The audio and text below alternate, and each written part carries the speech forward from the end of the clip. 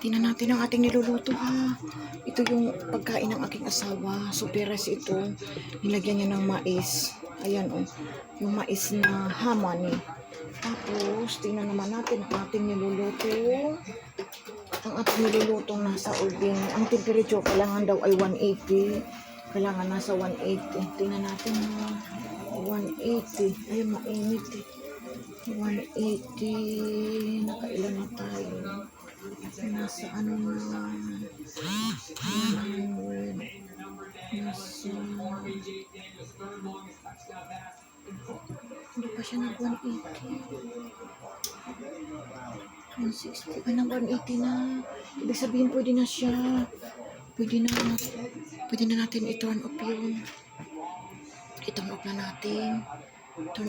Pero halaan lang muna natin sa loob ha. Hanggang sa maano. Buhayin natin ang ilaw sa labas. Kasi madilim na. Honey, I already checked. It's already 180. I turn it off. Okay?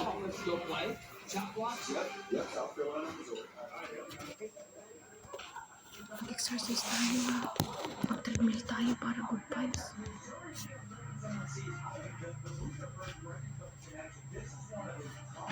Vibes tayo. Mag-treadmill tayo.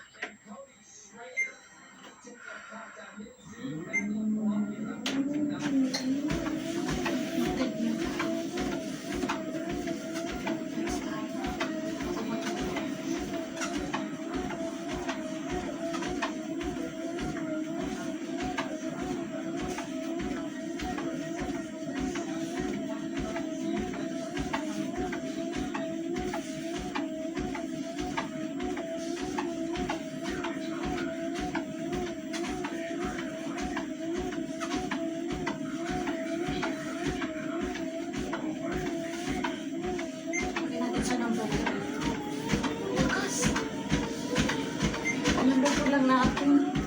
Lakas ang number 3. Lakas. Ayaw natin madapa. Kaya number 2 lang natin.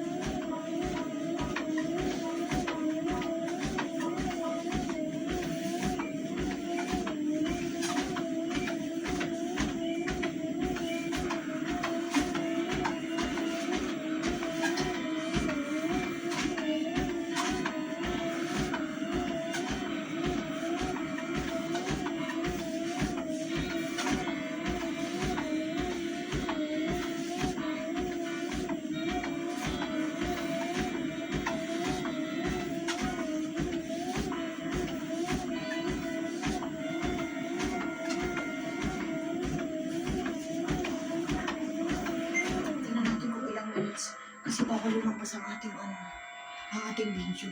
Pag naka 7 minutes, okay na. Pero pag lampas sa mga 8, bawal na. Hindi na natin madadownload. Kaya tingnan natin na naka 4 minutes tayo. Kaya punta tayo dito.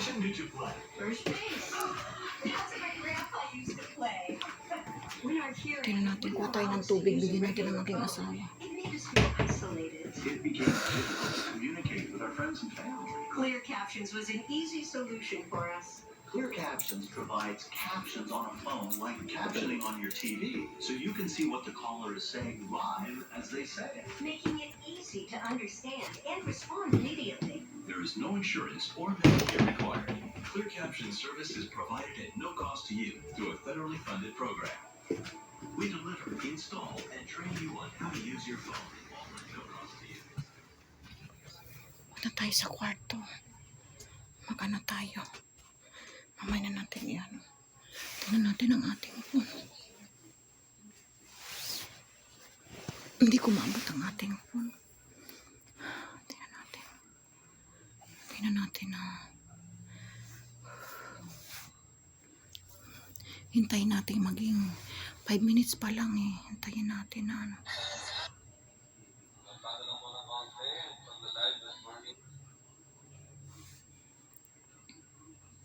Kaya kagaya ng sinasabi ko kanina, marami tayong aral na natututunan sa araw-araw. Kaya hindi lahat ng ano sa atin ay gagawin ng kagaya ng ginagawa natin sa kanila. Kaya ano, maging ano lang tayo. Siyempre, natural lang yun. Kung sino ang nag-aano sa atin, yun din ang ano, kung sinong marami akong natutunan sa buhay, lalo na dito sa pagiging creator. Oo. Kasi ano lang tayo, yung minsan kailangan na natin tibahin ng ating loob. Ang masasabi ko lang dito ay hindi lahat